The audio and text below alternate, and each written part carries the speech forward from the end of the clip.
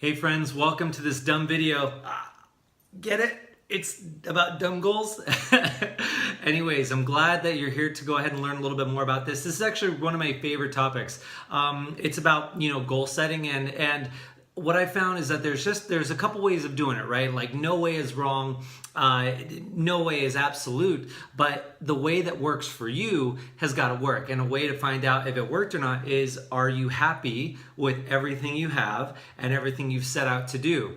If you are, then the method that you're using is working. If not, then maybe you want to take a look at this. So this is actually in response to Brendon Burchard's dumb goal video. I actually think it's a really, really great video. I'm going to go ahead and put it in the notes right below as well to go ahead and check out that video if you want to hear more specifically about dumb goals. This is more of a response to that. I'll just summarize part of it real quick.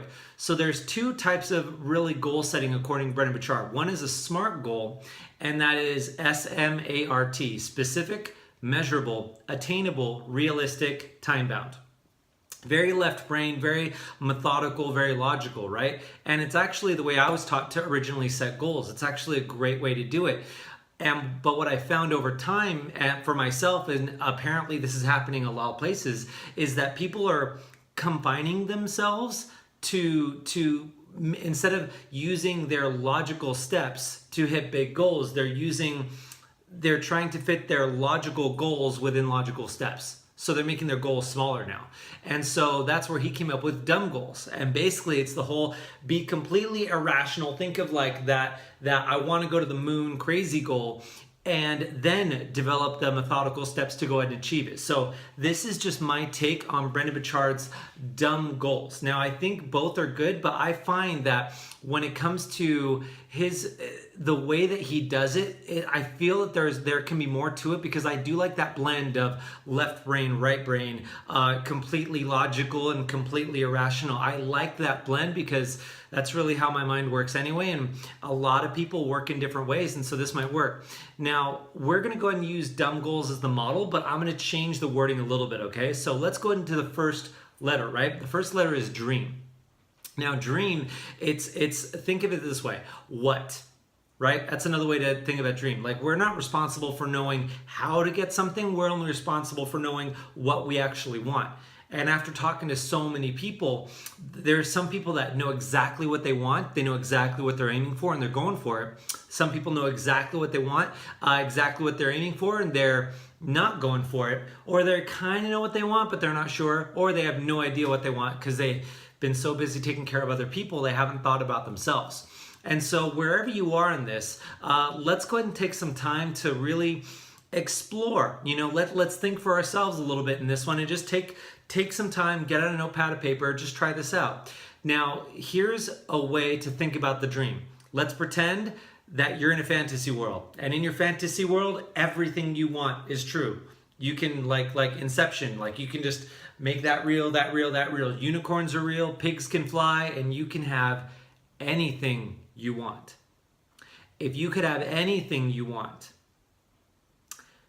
and I gave 5 years for it to show up in real life, right? 5 years, anything you want, what would it be? Anything. Write that down. Now, there's another thing that you could do is let's pretend I'm a genie. If I were a genie and I had unlimited wishes to give you, all you had to say is, I wish for this, I wish for this. What would you wish for? Now, for those of you guys that kind of know what you want, this is going to be an exercise in really just expanding a little bit more of what having the courage to dive deeper, instead of asking for what you think you can get, asking for what you actually want. Okay. Now, for those that, again, have been taking care of others so much they have no idea what they want, one big thing to watch out for is that if you don't decide where you want to go, you will automatically go where other people decide to take you. Okay? So decide your own direction, otherwise the direction will be decided for you. And some people are unhappy because they just kind of got swept up with the flow of natural course of things, and they ended up in a place where they're not really happy. So even if you don't necessarily know exactly what you want right now, find something that excites you to a minimum level. Let's start with something basic. Let's drop 5 inches on your stomach. Let's save $10,000. Let's save 6 months of contingency fund. or let's save $10,000 to go travel and do that thing that you've been wanting to do. All right, but start with something that's at least minimally exciting. For those of you guys that really know what you want, make sure it's really exciting, because we move on to number 2, and that is going to be the uplifting step. Another way to think about uplifting is, why do we want the thing that we want? Okay, now there's 2 really core benefits, or 2 core things that are very important to have in a reason why. And number 1 is to make sure that you have very strong emotions behind it, because understand, humans are not logical. If you've ever wanted a car not gray or not the same color and just told your car salesman, yeah, you pick the color, I don't care. If you've ever cared about that at all, then you're not logical. All right, all humans make decisions, and then we use our brain to figure out a logical reason to justify why we made that emotional decision, right? If you've ever not done something that you know you should do, or done something you know you shouldn't do, that's not logical, that's emotional, right? And so we need to tap into those emotional reasons why, because that's what's really gonna move us, okay? Now the next thing is to make sure that not only to have a powerful why, but for me, it doesn't necessarily have to be uplifting.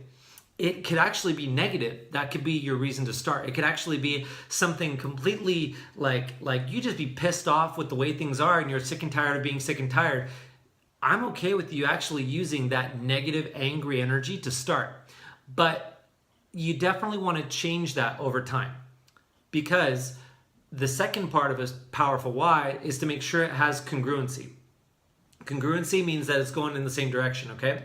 Now, one of the big things that I bring that up is because, let's say for sake of example, someone is pissed off because their ex broke up with them because they were overweight or whatever reason, right?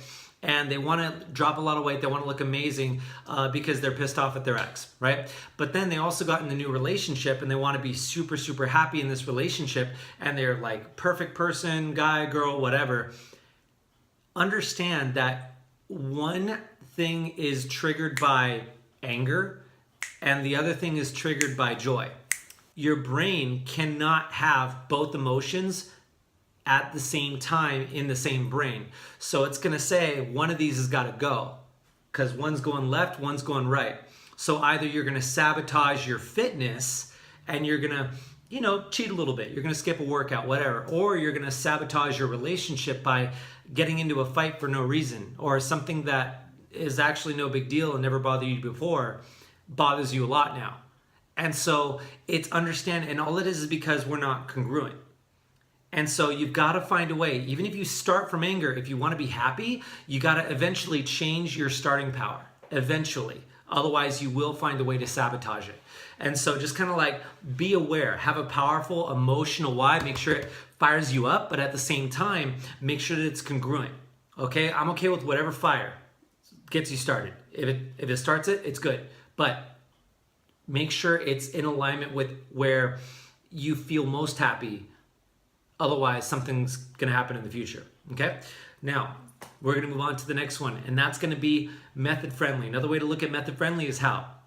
Now, I like looking at how as a brainstorming session. This, again, I deviate from Brendan a little bit because he talks about having habits that are a weekly basis or a daily basis that will eventually get you where you want to go. I'm totally in alignment, but there's also a lot of other things that can go ahead and get that done more than just habits. And so for sake of example, I like to think of the how as I went for the logical, like this is the transition from the illogical to the logical, okay, the impractical to practical. Now, we know what our crazy dream is. We know why we want it, right? And then now let's go into the how. And an easy way to do this, get out a piece of paper, and all you're gonna do is, I want this, how do I do it? And then just set a clock or a timer for 10 minutes, and then just write every reason, just keep your pen going, every possible way that you could achieve your goal. Don't worry about it being logical. Don't worry about it being stupid. Don't worry about it making any sense at all. Write everything possible down that could possibly do it. And then when the timer goes off, beep, beep, that's when you can go ahead and look at this list that you made, and then you can go ahead and say, okay, I can do this one. This one's actually kind of silly. I don't know how I can revive dinosaurs, but this one makes sense, and I like this one. Ooh, this one sounds fun. Circle those 2 or 3 things that you feel could work for you to get you towards your goal, and take action on them right away. Okay, but that brainstorming session is really, really helpful. I would even suggest try to get other people around you, that a friend that's supportive, that also believes in unicorns and believes in you. Find a coach that also believes in you and also unicorns and showed one to you, you know, like that kind of thing. Like find a group of people that can do that brainstorming session with you, and you can help them with theirs and they can help you with yours. Because again, having multiple brains going in the same direction, where no judgment whatsoever, just keep writing, right? And then figure out what works for you after the brainstorming session, and then throw the rest of the list away. That's fine. Okay, but usually in the brainstorming session, the how-tos, what shows up on that piece of paper is typically people. Another way to think of it is people, like who can help me? What books can I read? What skills can I learn? What skills can I actually borrow from someone else so I don't have to learn it, and maybe we can partner up on something? Tasks, like things that are just projects that you can complete, tasks that you can complete that will go ahead and move everything forward towards this ultimate dream. These aren't habits, these are just like your to-do list. They're like, you check them off, they're done, right? And then there's also habits. Habits are the things that you can do on that daily and weekly basis, like that method-friendly version that Brendon Burchard talked about, okay? Now we're gonna move on to, and when you have that list, right, that you actually wanna take action on, because you want to have, you might not be able to take action on everything. Some of you might, but I'm not able to. But I would say start with 2 or 3 things if you're starting from nothing. Now let's move on to behavior-driven step, right? The step number 4, this is the when step or where step. Where is it gonna go in your calendar? When is it gonna be put in your agenda? Because you have to allocate time. If you wanna go ahead and get this new habit in your life, when is that habit gonna happen? Is it gonna be based on a calendar in your agenda? Okay, where at 5 o'clock you do this, at 6 o'clock you do that. Is it gonna be like that? Like an appointment with your future, like an appointment with your dream? Or is it going to be a behavior-based, like Brendon Burchard suggests, behavior-driven, where I walk through a doorway, and every time I walk through a doorway, I do 10 squats or 10 pull-ups. Every time I look at my phone to check Facebook, I go ahead and have water in my hand too, to go ahead and make sure that I get all the water in over the course of a day. Right? When I think of someone, I text them to say hi and thank them for something. You know, it's because if I want to grow my network and stuff, right? There's those behavior-driven things, or there's like calendar-based things. But either way, make sure that you make time for everything that you circled in your how-to list that you would take action on. Actually put it in your calendar, because if it's not in your calendar, it's not going to be done. That's it.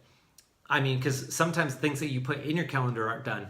And so if you don't stand a shot if you don't actually put it in the calendar. So that's again, my take on the dumb goals, guys. So what's really cool is that how-to section with the brainstorming session, that's like that blend between illogical now going into logical. All right, so think about the dream. Go crazy. Right? If you can't go crazy because you're just not there yet, where you haven't thought about yourself for a long time and what you want, borrow someone else's. That seems kind of cool. Number 2 is that uplifting reason why. Make sure you have a reason why to get started, but even if it's anger, shift it over time. So that way you can be congruent with your ultimate dream, which is probably to achieve something, but also feel happy at the same time. All right, so that's why you want those reasons why. Number 3 is to go ahead and have that how-to brainstorming session. Okay, this is where don't care, just neutral, all of them are neutral, and then decide what makes sense for you. That's when we get into that rational side.